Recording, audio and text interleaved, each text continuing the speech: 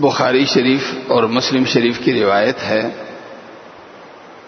حضرت ابو ہریرہ رضی اللہ عنہ روایت کرتے ہیں کہ جناب رسول کریم صلی اللہ علیہ وسلم نے ارشاد فرمایا، ان للہ 99 100 الا واحدا اسما من احصاها دخل الجنہ۔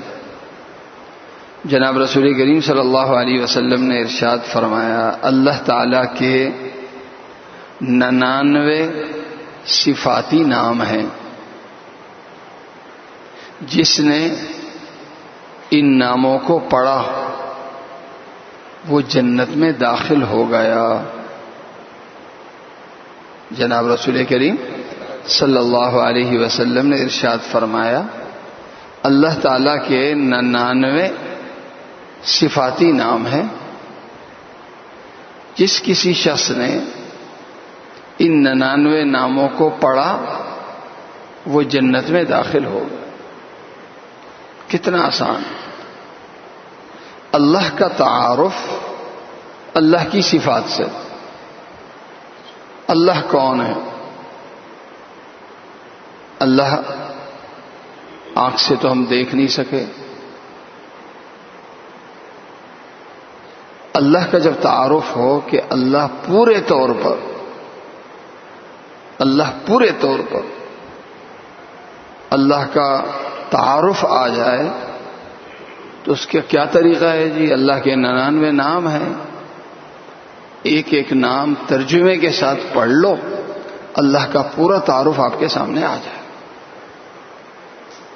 تو ایک شخص اللہ کے 99 نام ترجمے کے ساتھ سمجھ کے ایک دفعہ اس نے پڑھ لیا، اپنے اللہ کا پورا تعارف اس کے دماغ میں آ گیا، اس کے تصور میں وہ اللہ کا تعارف جم گیا۔ اس پہ کیا ملے گا؟ فرمایا کہ یہ شخص جنت میں داخل ہو گیا۔ اور ناموں کا پڑھنا ہے، یاد کرنا نہیں ہے۔ قرآن کریم کے شروع میں اور آخر میں یہ نام لکھے ہوتے ہیں۔ جیسے ہم قرآن کی تلاوت کرتے ہیں تو قرآن لے کے کم سے کم زندگی میں ایک دفعہ اس کو بھی پڑھ لیں، اس فضیلت کو سامنے رکھ کے کہ اللہ کے نبی صلی اللہ علیہ وسلم نے ارشاد فرمایا ہے۔ اور یہ حدیث عام کتابوں کی نہیں بلکہ بخاری مسلم کی ہے۔ اللہ تعالیٰ مجھے اور آپ سب کو عمل کرنے کی توفیق عطا